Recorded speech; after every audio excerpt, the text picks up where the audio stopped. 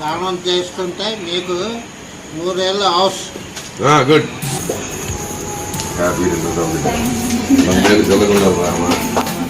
ఏంటి సకల సంపదలతో ఆయుర ఆరోగ్యాలతో ఏంటి దైవ కరుణా కటాక్షాలతో చల్లగా ఉండాలని దీవించండి.